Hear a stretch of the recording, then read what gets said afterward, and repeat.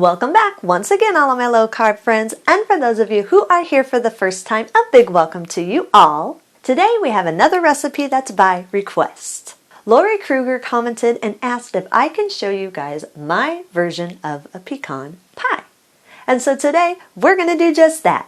I'm going to show you how to make a very easy, very delicious keto pecan pie with a very easy, very quick keto coconut flour pie crust. And I'm also going to give you some nut-free options. That way you all who are allergic to nuts can still enjoy a yummy pie. And if you want a printable version of this, you can check out my website at janet'sdeliciouslowcarbkitchen.com. You can find printable versions of these and other goodies there for you. And if you're new to the channel and you want to see lots of easy, delicious keto recipes, make sure you click that subscribe button and click the notification bell that's right next to the subscribe button. That way you can be notified every time I put out a new video.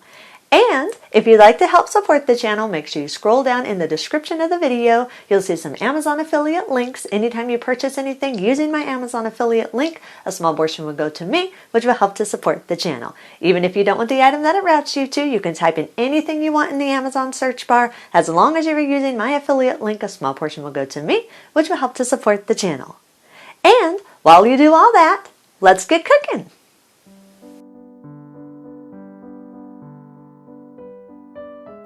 Preheat your oven to 350 degrees. Line a 9-inch round pie pan with parchment paper. Then lightly spray the parchment paper and the sides of the pie pan with cooking spray. You just need to lightly do this. You don't have to spray it a lot, just enough where the crust isn't going to stick. In a large mixer bowl, combine 3/4 cup of coconut flour, 1/3 cup of granulated swerve or granulated sweetener of your choice, and 1/4 teaspoon of salt. Whisk these together until they're fully combined and there are no large lumps in the coconut flour. You can also sift these in if you'd rather sift them in. Either way, just make sure everything is fully combined and there's no large lumps in the dry ingredients. Add 2 large room temperature eggs. Make sure they are room temperature, that way they mix in a lot smoother. Then beat on low for about 10 seconds or just enough to where the dry ingredients are moistened by the eggs. Then increase your speed to medium-low and beat on medium-low for about 30 seconds or until everything is fully combined and the mixture is crumbly. Scrape down the sides of the bowl if you need to and push everything to the center of the bowl. Add a 1/2 cup of room temperature butter that's slightly softened. Make sure it is soft, not melted, just slightly softened. And a 1/2 teaspoon of vanilla extract. Then beat again on low for another 10 seconds or just until the butter and vanilla are starting to get incorporated with the other ingredients.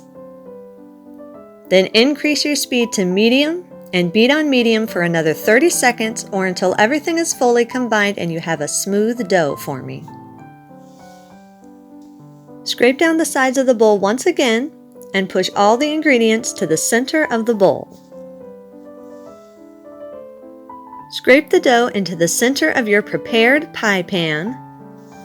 Then use your fingers or the back of a measuring cup and evenly press the dough throughout the bottom and up the sides of the pie pan. Make sure you press it out as even and as smooth as possible. You want to make sure that your crust cooks evenly, so you want it as even as you can. What I like to do with my pie crust is once I push it up the sides of the pie pan, I push it up a little bit higher than the sides, and then I kind of fold the edges of the dough over just to give the crust a more rounded look on top. You don't have to do that. You can just push it up to the edges and call it good. I just like to have a little bit of a round top to my crust. So it's up to you, however you want to shape it in there. Just make sure, as I said, that it is even all the way through. Once the dough is all pressed into the pie pan, use a fork and poke a few holes in the bottom of the pie crust. This just helps to create air circulation. That way you don't get bubbles in your crust. They're not going to be big enough holes to ruin your crust, just enough so that the air can circulate through while it's baking and you don't have air bubbles forming in your crust. Then place it in your preheated oven and bake at 350 degrees for about 10 to 15 minutes or just until you start seeing it get a little bit golden. Now you do want to be careful not to let it get too golden because you are going to be baking it again once you get your filling inside of this crust. But because this is a gluten-free pie crust, you do have to pre-bake it before you put the filling in it. Otherwise, the crust gets too soft and it doesn't cook even, and then you end up ruining your pie. So you do have to bake it before you fill it, even if you're still going to be cooking the filling. I know it sounds weird, but trust me, it works. Once the crust is done baking, remove it from your oven and let it cool for at least 10 minutes before you fill it with your pie filling. Now remember, you can use this pie crust for any pie that you want. It doesn't just have to be used for this pie. It can be used anytime you want a keto pie crust. This pie crust is easy and perfect. For the pecan pie filling, in a medium saucepan over medium heat, combine 1.5 cup of granulated swerve or granulated sweetener of your choice, 1/4 cup of brown swerve or brown sugar sweetener of your choice, 1/4 cup of keto corn syrup substitute. I'll put a link in the description to my keto corn syrup substitute. There's a couple different ways to make it. All of them very easy and very tasty. Add 1/4 cup of butter and stir these all together over medium heat until the butter is completely melted. Once the butter is melted, add 1 tablespoon of water and use a whisk and whisk it in until it's fully combined with the other ingredients. Gradually sprinkle in 1 teaspoon of xanthan gum. Make sure you do this in very small amounts and whisk while you are adding the xanthan gum. You do not want to add this all at once because xanthan gum can bunch up on you and then you'll end up with lumps of xanthan gum throughout your pie. You don't want that. So make sure you just sprinkle it in a little bit, whisk it in to combine it, sprinkle it in a little bit more, whisk it again to combine it, and keep sprinkling and whisking in small amounts until the entire 1 teaspoon of xanthan gum is fully combined in your mixture. Once the xanthan gum is completely added, use your whisk and whisk for about 15 to 20 seconds just to make sure that xanthan gum is fully combined and dissolved. You do not want any chunks of xanthan gum in your pie. It will ruin your texture. So whisk it really well for at least 15 to 20 seconds. Then bring the mixture up to a boil. Once you start seeing the bubbles forming and it's boiling, remove it from the heat and set it aside while we get together the rest of the ingredients. In a large mixer bowl, combine 3 large room temperature eggs. Make sure they are room temperature. This makes for a smoother filling. Beat the eggs together on medium for about 30 to 45 seconds or until you see that they're getting foamy on top. Should kind of look like there's soap bubbles on top of it. Once they're foamy, reduce the speed on your mixer to low and slowly and gradually add your hot syrup mixture a little bit at a time. Do not pour it in all at once. Number 1, it's very hot and you can burn yourself. And number 2, you do not want to boil your eggs. So you're gradually adding in the hot liquid to your foamy eggs while your mixer is running. That way you're not instantly cooking your eggs. It's called tempering your eggs. You're slowly bringing your eggs up to a warmer temperature. So I always start out by just scooping it out 1 or 2 tablespoons at a time and letting it whisk in, then another 1 or 2 tablespoons. After I've added at least 4 or 5 tablespoons of the hot liquid and it's whisked in, then I slowly take the pan and slowly, still slowly and carefully, pour the liquid into the eggs and let it beat into the mixture, slowly and carefully. Once the syrup mixture is all added, then increase your speed to medium-low and beat on medium-low for about 30 seconds or just until all of the syrup is completely combined with the eggs and you have a smooth mixture. Add 1/4 teaspoon of salt and 1 teaspoon of vanilla extract. Then beat on medium-low for another 20 to 30 seconds or just until the salt and vanilla are fully combined and the salt is dissolved. Scrape down the sides of the bowl if you need to. Then gently fold in about 1 1/4 cups of chopped pecans, more or less depending on how many pecans you like in your pie. If you like a lot of pecans, you can always add more. It's up to you how much you want. Just gently fold them in until all the pecans are coated. Now, if you are allergic to nuts, I do have a few nut-free options for you that you can use instead of the pecans. Your best pecan substitute in this pie would be keto pretzels.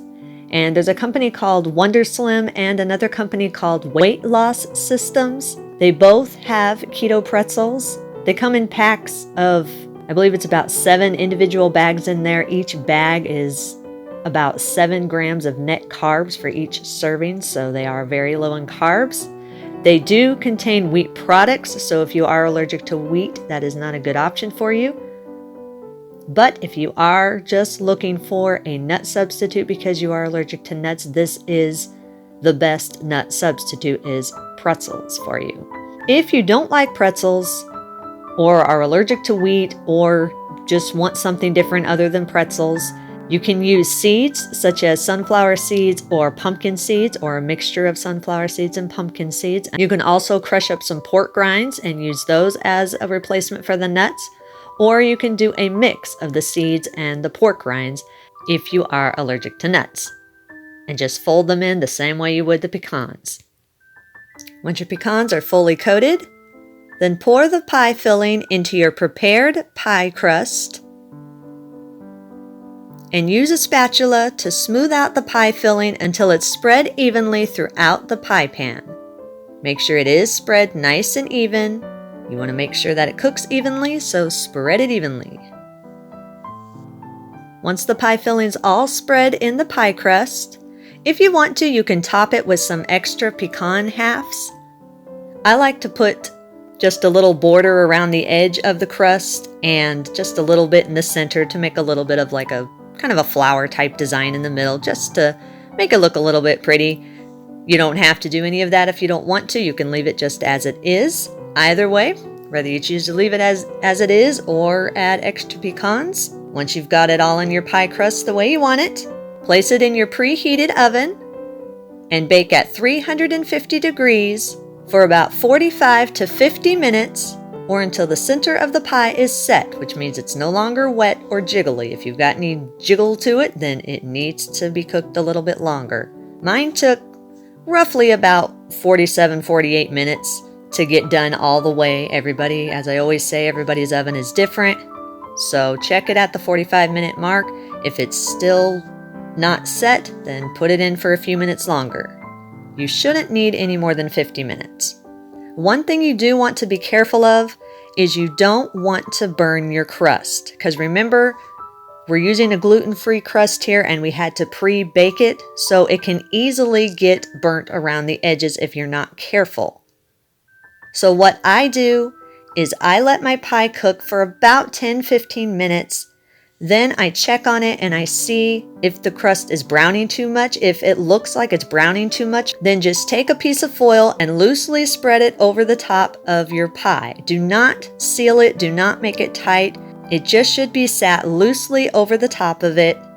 This just helps shield the crust a little bit to avoid it from getting burnt or overly browned. And then continue cooking it at that 350 degrees until it is fully set. Once your pie is baked, remove it from the oven. It will still be a little bit soft, but it should not be jiggly. It will firm up more as it cools. Allow it to cool in the pan for about 2 hours or until it is completely cooled and firmly set. You should be able to cut into it after 2 hours without the pie falling apart on you. Once it's cooled, Cut your desired slice. If you want to, you can top it with some keto whipped cream. I'll put a link in the description to my quick keto whipped cream. Cut your desired piece, put it on a plate. Store any leftovers covered in the fridge for up to 5 days, and eat and enjoy.